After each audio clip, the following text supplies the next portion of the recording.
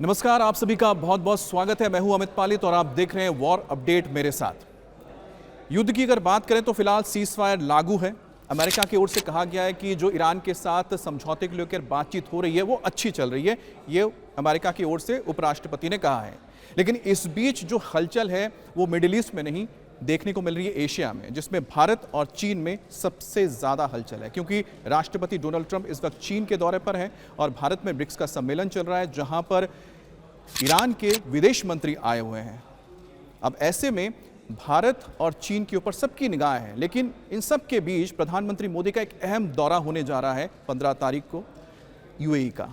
अब प्रधानमंत्री मोदी का यह दौरा ऐसे वक्त में आ रहा है जब प्रधानमंत्री मोदी ने देश में सभी से कहा है कि तेल का इस्तेमाल कम से कम करें, तेल बचाएं। लेकिन प्रधानमंत्री मोदी जब ये भारत के लोगों से कह रहे हैं कि आप तेल बचाएं, लेकिन साथ ही प्रधानमंत्री मोदी संकट को भांप चुके हैं और संकट को कम करने के लिए ही क्या प्रधानमंत्री इस वक्त यूएई के दौरे पर जा रहे हैं? क्या कम हो जाएगा तेल गैस का संकट? इसको समझने के लिए आपको देखना होगा कि पिछले कुछ दिनों में यूएई ने क्या किया है। यूएई ने सबसे पहले ओपेक से अलग होने का फैसला लिया, यानी कि ये तेल उत्पादक देशों का जो एक समूह है उससे अलग हो गया है। अब यूएई पूरी तरह से स्वतंत्र है कि वो कितना प्रोडक्शन करेगा, किसको बेचेगा और कितने में बेचेगा, और यही मौका भारत ने समझा है। भारत अब चाहता है कि क्योंकि यूएई भारत का तीसरा सबसे बड़ा ट्रेडिंग पार्टनर है, उसके साथ तेल के क्षेत्र में, तेल गैस के क्षेत्र में और बेहतर समझौता किया जाए, स्ट्रैटेजिक पार्टनरशिप की जाए ताकि भारत को फायदा हो। अब ये हो सकता है कि दोनों देश डॉलर को छोड़ के अपने जो लोकल करेंसी है उसमें काम कर सकते हैं, दिरहम और रुपए में। इससे भारत को फायदा होगा और साथ ही साथ यूएई को भी फायदा होगा। प्रधानमंत्री मोदी का यह दौरा सबके लिए बहुत इसलिए भी अहम हो जाता है कि प्रधानमंत्री मोदी ठीक इस दौरे के बाद वो आगे यूरोपियन देशों में भी जाएंगे और माना जा रहा है कि प्रधानमंत्री मोदी की कोशिश होगी किसी तरह से जो इस वक्त गतिरोध बना हुआ है पूरे मिडिल ईस्ट में और हॉर्मुज को लेकर जो एक ब्लॉकेड बना हुआ है, इसे किसी तरह से खत्म किया जाए। इसलिए यूएई का दौरा भारत के लिहाज से दो चीज़ों में महत्व हो जाता है, एक है तेल और दूसरा है कि किस तरह से मिडिल ईस्ट में हॉर्मुज के इस पूरे खाड़ी को खाली करवाया जाए जो ब्लॉकेड बना हुआ है और जहाज़ों की आवाजाही हो सके। देखिए, जितना हक यूएई का है उतना हक ईरान का भी है हॉर्मुज पर, लेकिन ईरान मानने को तैयार नहीं है। ईरान मानता है कि पूरा हॉर्मुज ही उसका है, जबकि यूएई भी दावा करता है कि उसका इस पर हक है, क्योंकि हॉर्मुज की जो ये हॉर्मुज जो स्टेट है ये यूएई के पास से होकर गुजरती है। अब देखना है कि भारत और यूएई के बीच में जो बातचीत होगी उसमें और क्या मुद्दे निकल कर सामने आते हैं। लेकिन इस बीच एक अच्छी खबर आई है, वो है हॉर्मुज से भारत के 2 जहाज निकल चुके हैं। जी हाँ, हॉर्मुज स्ट्रेट को पार कर चुके हैं भारत के 2 और जहाज। हालांकि ये जहाज भारत के नहीं है, लेकिन ये दूसरे देशों के, लेकिन भारत के लिए ही रवाना हुए हैं।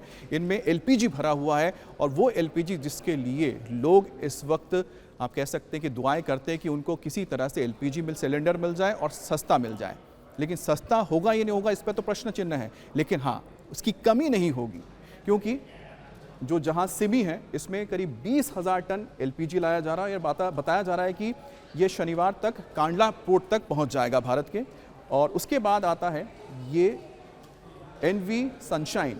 जी हाँ, एनवी सनशाइन एक और टैंकर है, इसमें करीब 45,000 टन एलपीजी लदा हुआ है जो भारत की ओर निकल पड़ा है। और माना जा रहा है कि 18 मई को ये भारत तक पहुंच जाएगा और इसे मैंगलुरु के किसी पोर्ट पर उतारा जाएगा और उसके बाद ये देश के दक्षिण के क्षेत्र में ये एलपीजी सप्लाई की जाएगी। तो 45,000 टन इस वक्त एनवी सनशाइन में और 20,000 टन टैंकर सिमी के जरिए भारत की ओर निकल चुके हैं। तो कुल मिलाकर देखा जाए तो इस वक्त भारत के 12 से ज़्यादा जहाज़, लगभग 13 जहाज़ हैं जो क्रॉस कर चुके हैं हॉर्मुज को। और इसी तरह से अगर ये टैंकर्स एक एक करके हॉर्मुज को पार करते रहे, पर्शियन गल्फ से निकलते रहे, तो भारत के करीब जो 41 या फिर उससे ज़्यादा जो भी जहाज़ है, शिप्स हैं, वो इस वक्त निकल जाएंगे। और भारत जो इसकी कोशिश लगातार कर रहा है, और भारत को आशा भी क्यों ना हो कि ऐसा हो सकता है। उसकी क्या वजह है? उसकी वजह है, जी हाँ, उसकी वजह है ब्रिक्स का सम्मेलन। जी हाँ, भारत में इस वक्त दिल्ली में 14 और 15 तारीख को ब्रिक्स सम्मेलन का आयोजन किया गया, जिसमें तमाम जो सदस्य देश हैं उनके विदेश मंत्री आए हुए हैं। सबसे महत्वपूर्ण इसमें है अब्बास अरागाची, ईरान के विदेश मंत्री। अब ईरान के विदेश मंत्री ब्रिक्स सम्मेलन में हिस्सा लेने के लिए आए हैं, उनसे बातचीत होगी और भारत की कोशिश होगी जब बातचीत हो तो उसमें स्टेट ऑफ हॉर्मुज का मुद्दा उठाया जाएगा। जब एस जयशंकर बात करेंगे अब्बास अरागाची से, तो भारत अपना सबसे अहम कंसर्न बताएगा, वो है तेल। जी हाँ, ऑयल और गैस, ये दो चीज़ें भारत के लिए सबसे महत्वपूर्ण है इस वक्त, जिसको लेकर वो ईरान से बात करेगा। क्योंकि ईरान के साथ हमारे संबंध अच्छे हैं, तो उम्मीद ये की जा रही है कि भारत के लिए ईरान कम से कम इतना ज़रूर रास्ता दे दे कि जो हमारे 40 से ज़्यादा जो जहाज़ फंसे हुए हैं इस वक्त पर्शियन गल्फ़ में, पर्शिया की खाड़ी में, उसे रास्ता दिया जाए, क्योंकि उसमें गैस लदा हुआ है, उसमें तेल लदा हुआ है। दूसरी बात है, इसमें जो 11 सदस्य देश शामिल हो रहे हैं, इसमें कुछ अहम देश हैं, जिसमें जैसे कि रशिया है, चीन है। तो रूस और चीन दो ऐसे देश हैं जो इस वक्त ईरान के सबसे करीबी माने जाते हैं, कई तरह से उसको मदद भी करते हैं। चीन तो पूरी तरह से आप कह सकते हैं कि जो सैन्य मदद देनी हो वो भी करता है। तो ऐसे में ये जो दो देश हैं, ये कोशिश करेंगे, जब बातचीत होगी, भारत भी कोशिश करेगा कि किसी तरह से ईरान को समझाया जाए कि वो हॉर्मुज़ का जो रास्ता है वो कम से कम सभी देशों के लिए खोल दे, ताकि जो एक संकट गहराया है पूरे दुनिया की अर्थव्यवस्था पर, वो कम हो जाए। इसके साथ एक महत्वपूर्ण जो मीटिंग हो सकती है वो है भारत और ईरान की हो गई, और दूसरा यहाँ पर मिस्र, सऊदी अरब, जी हाँ, मिस्र और सऊदी अरब के जो विदेश मंत्री हैं, पहली बार ऐसा मौका होगा जो आमने सामने ईरान के विदेश मंत्री के साथ बैठ के बातचीत कर सकते हैं, ऐसा माना जा रहा है। क्योंकि मिस्र और सऊदी अरबिया दो ऐसे देश हैं जो पर्दे के पीछे से लगातार कोशिश कर रहे हैं, पाकिस्तान के ज़रिए संदेश भेज के, कि ईरान जो अमेरिका की ओर से समझौता या फिर डील दी गई है उसको मान लें। और लगातार पहले से भी कोशिश हो रही थी, क्योंकि जो अरब लीग है उसमें मिस्र भी शामिल है, सऊदी अरबिया भी शामिल है, और लगातार इनकी कोशिश होती है कि जो इस्लामिक देशों का जो संगठन है वो ईरान को इस बात के लिए समझाए कि वो इस वक्त जो हालात बने हैं मिडिल ईस्ट में, उसको तनाव को कम करें और जो समझौता है उसके लिए तैयार हो जाए। तीसरी जो मीटिंग हो सकती है वो भी बहुत महत्वपूर्ण है, वो है संयुक्त अरब अमीरात यानी कि यूएई और ईरान के विदेश मंत्री के बीच में, माना जा सकता है कि हो सकती है। अब ये कब होगी इसको लेके तो बहुत ज़्यादा कुछ भी स्पष्ट नहीं है, लेकिन कोशिश है कि दोनों के बीच में हो सकती है, क्योंकि स्टेट ऑफ हॉर्मुज़ इस वक्त एक ऐसी जगह है जो दोनों देशों के लिए बहुत महत्वपूर्ण है। ये देखिए, स्टेट ऑफ हॉर्मुज़ में इस तरफ अगर यूएई है तो इस तरफ ईरान, तो दोनों के पास बराबर का ये आप कह सकते हैं कि अधिकार है स्टेट ऑफ हॉर्मुज़ पे। लेकिन ईरान का ये मानना है कि नहीं, इस पे हमारी संप्रभुता है, और यही बात उसने समझौते के जरिए कही है। और उसने अमेरिका से कहा है कि ईरान की इस डिमांड को मान लिया जाए कि स्टेट ऑफ हॉर्मुज़ पर ईरान के आधिपत्य को, यानी कि इसका जो अधिकार है, एकाधिकार किया जाए। और इसका विरोध यूएई लगातार कर रहा है, क्योंकि यूएई का मानना है कि उसका भी उतना ही अधिकार है जितना ईरान का है। तो जब दोनों देशों की ये बातचीत होगी, यहाँ पर फिर होती है, अगर बातचीत होती है, तो ऐसे में यूएई इस बात को रखेगा इसके सामने, ईरान के सामने, कि वो अपना एकाधिकार की बात जो करता है उसे छोड़ दे। अब इस बीच ये पूरा हम मान सकते हैं कि भारत ही एक समाधान यहाँ पर दे सकता है, वो है बातचीत के ज़रिए, क्योंकि भारत वो मंच दे रहा है इन तमाम देशों को। देखिए, इन तमाम देशों को जो इस वक्त इस युद्ध में किसी भी तरह से जुड़े हुए हैं या उसका हिस्सा हैं, या उनके ऊपर इस युद्ध का असर पड़ा है मिडिल ईस्ट में, कि वो ईरान के विदेश मंत्री के साथ बैठ के इसको सुलझा सकें। और सबसे महत्वपूर्ण, भारत की कोशिश होगी कि हमारे जो हित हैं उसको किस तरह से हम इस बातचीत के ज़रिए, इस मंच के ज़रिए हम अपनी पूरी कर सकते हैं। अब कोशिश एक तरफ जहां भारत में हो रही है, एक कोशिश हो रही है चीन में। जी हाँ, एक कोशिश चीन में हो रही है, क्योंकि डोनाल्ड ट्रंप इस वक्त चीन के दौरे पर गए हैं। और आपने तस्वीरों में देखा होगा कि बहुत ज़बरदस्त स्वागत किया गया, लेकिन स्वागत तो हुआ, लेकिन एयरपोर्ट पे आपने क्या शी जिनपिंग को देखा था? नहीं देखा था। शी जिनपिंग वहाँ पर मौजूद नहीं थे, लेकिन उन्हें रेड कारपेट वेलकम दिया गया था। फिर दोनों की मुलाकात हुई है। दोनों की मुलाकात के दौरान सुबह मुलाकात हुई, उसके बाद करीब 2 घंटे तक बातचीत चली है। दोनों नेताओं की 2 घंटे तक बातचीत चली है, 2 घंटे बातचीत की है। अब बातचीत में क्या वो अहम मुद्दे रहे हैं जिसको लेकर चर्चा की गई है, वो भी आपको हम बता देते हैं कि इस मुद्दे पर बातचीत हुई है। शी जिनपिंग ने डोनाल्ड ट्रंप से कहा है कि उनके देशों को विरोधी नहीं बल्कि साझेदार होना चाहिए, विरोधी नहीं बल्कि साझेदार होना चाहिए, यानी कि हम एक दूसरे के दुश्मन ना बने, एक दूसरे के पार्टनर होकर काम करें। तो एक पॉजिटिव सिग्नल है, क्योंकि चीन को पता है कि बिना अमेरिका के इस वक्त वो अपनी अर्थव्यवस्था को नहीं पटरी पर ला सकता है। चीन की अर्थव्यवस्था अंदर से बहुत ज़्यादा डैमेज हो चुकी है, हालांकि वो दिखने वाली नहीं है, क्योंकि आप सोचिए करीब 15 ट्रिलियन की इकनॉमी है और अमेरिका की करीब 25 से 26 ट्रिलियन की इकनॉमी है। आप सोचिए इनकी इकनॉमी अगर 15 ट्रिलियन की करीब है और इनकी है करीब 26 ट्रिलियन की, तो इसको नुकसान होने में और इसका असर दिखने में काफ़ी वक्त लगता है। अमेरिका का भी दिखने में बहुत वक्त लगेगा, लेकिन इस वक्त सबसे ज़्यादा नुकसान चीन का ही हो रहा है, क्योंकि जो तेल के वजह से जो संकट पैदा हुआ है चीन के ऊपर, क्योंकि ईरान से करीब करीब 60% जो तेल आता है ईरान का, वो 60% चीन को ही जाता है और वो पूरी तरह से अब उस पर बाधित है स्ट्रेट ऑफ हॉर्मुज में, क्योंकि एक तरफ से जो अगर ईरान इजाज़त दे भी दे जाने के लिए, तो अमेरिका ने ब्लॉकेट करके रखा हुआ है इस स्ट्रेट ऑफ हॉर्मुज में। देखिए, स्ट्रेट ऑफ हॉर्मुज में अगर यहाँ पर ईरान ने अगर ब्लॉक किया है तो बाहर की तरफ अमेरिका ने कर दिया है। अगर ये ईरान के पास है तो ये यूएस ने यहाँ पर ब्लॉक करके रखा हुआ है।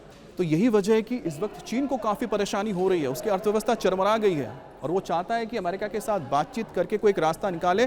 मज़े की बात यह है कि दोनों ही यही चाहते हैं। अब अमेरिकी राष्ट्रपति ने शी जिनपिंग को महान नेता बनाया है, बोला कि आप बहुत बड़े नेता हैं, महान नेता हैं। ये एक दूसरे को खुश करने की कोशिश है। आप जानते हैं डिप्लोमेटिक बातें होती हैं। मध्य पूर्व में संघर्ष सहित कई जटिल मुद्दों पर चर्चा हुई है, ये सबसे महत्वपूर्ण है, क्योंकि मध्य एशिया का अभी सबसे बड़ा मुद्दा क्या है?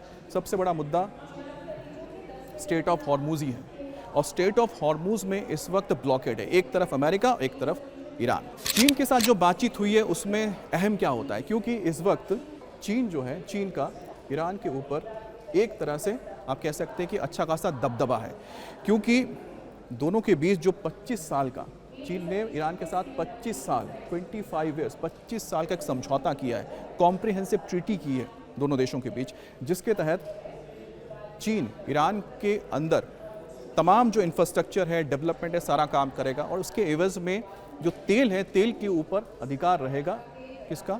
चीन का। और इसके लिए करीब $400 बिलियन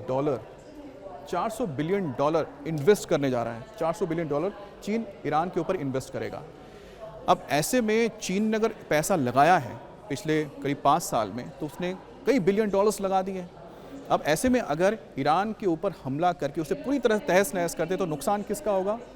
चीन का होगा।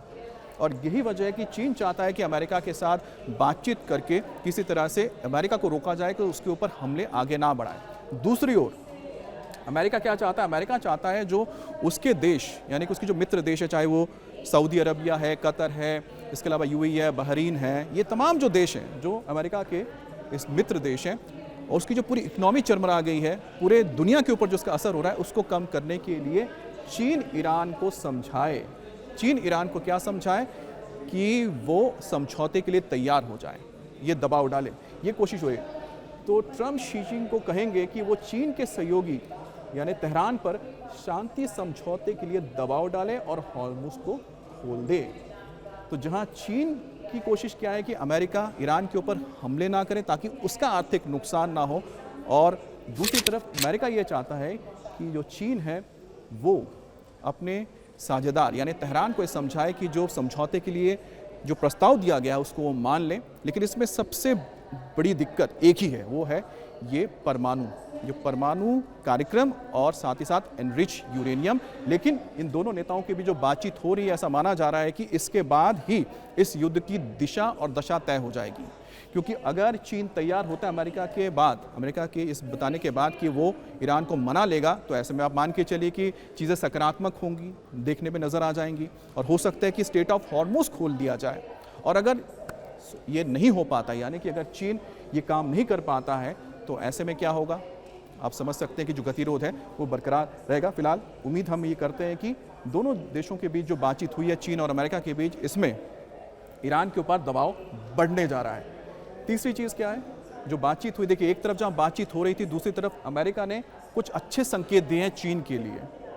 2 मिलियन बैरल इराकी कच्चा तेल लेकर सुपर टैंकर बुधवार को हॉर्मुज क्रॉस करने में कामयाब रहा है चीन का, और यानहू को चीन के बंदरगाह तक पहुंचना है। लेकिन ये रास्ता किसने दिया है? रास्ता दिया यहाँ पर अमेरिका ने चीन के टैंकर को, और ये एक सकारात्मक पहल है अमेरिका की ओर से, ठीक अमेरिका के राष्ट्रपति डोनाल्ड ट्रंप के चीन के दौरे से पहले, क्योंकि जिस तरह से पूरा ब्लॉकेट करके यहाँ पर रखा हुआ है अमेरिका ने, किसी को भी आने जाने की इजाज़त नहीं है। उसके बाद से ये पहला एक टैंकर है चीन का जिसे अब चीन जाने के लिए रास्ता दिया गया है। तो ये कुछ संकेत ऐसे इस वक्त मिले हैं जिससे जाहिर होता है कि अमेरिका और चीन के बीच जो ये मसला है दोनों के बीच, वो तो बातचीत के ज़रिए सुलझा लेंगे और साथ ही साथ इनका जो ये मसला सुलझेगा तो सबसे ज़्यादा फ़ायदा होगा कि ईरान का मसला सुलझाने में, क्योंकि स्टेट ऑफ हॉर्मूज़ जो सबसे महत्वपूर्ण है वो फ्री हो जाएगा। इस बीच आपको बता दें कि इधर जहां बातचीत चल रही है, दूसरी तरफ अमेरिका की तैयारी भी चल रही है और बताया जा रहा है कि अमेरिका इस बात के लिए भी तैयारी कर चुका है कि अगर आने वाले कुछ दिनों के अंदर ये सफल नहीं हो पाती है बातचीत और मसला सुलझता नहीं है बातचीत की तरह, तो ऐसे में युद्ध होगा, क्योंकि अमेरिका ने अपने तमाम जो वेपन्स, जो हथियार थे, उसको एक बार फिर से इकट्ठा कर लिया है। जो कमी हो रही थी मिसाइल्स की उसको भी पूरा कर लिया है। दूसरी तरफ इजराइल ने भी अपने तमाम एयर डिफेंस सिस्टम को भी तैयार कर लिया है, क्योंकि जो मिसाइल्स की कमी थी उसका पूरा कर लिया है। यूएई ने भी कर लिया है। और इस बीच जो सबसे महत्वपूर्ण खबर आई थी कि किस तरह से कुवैत ने और साथ ही साथ यूएई ने हमला किया था ईरान के ऊपर तेल रिफाइनरी पर, क्योंकि जिस तरह से नुकसान पहुंचाया गया था यूएई को और कुवैत को, उन्होंने बदला भी लिया था। तो क्या इस बार अगर ये बातचीत नहीं होती है और मसला बातचीत से नहीं सुलझेगा तो फिर ये तमाम जो मिडिल ईस्ट के देश हैं क्या एक साथ मिलकर ईरान के ऊपर हमला करेंगे? हम उम्मीद ये करते हैं कि ऐसा ना हो और ये मसला जो बातचीत के ज़रिए सुलझ जाए। बहुत बहुत धन्यवाद आप सभी का।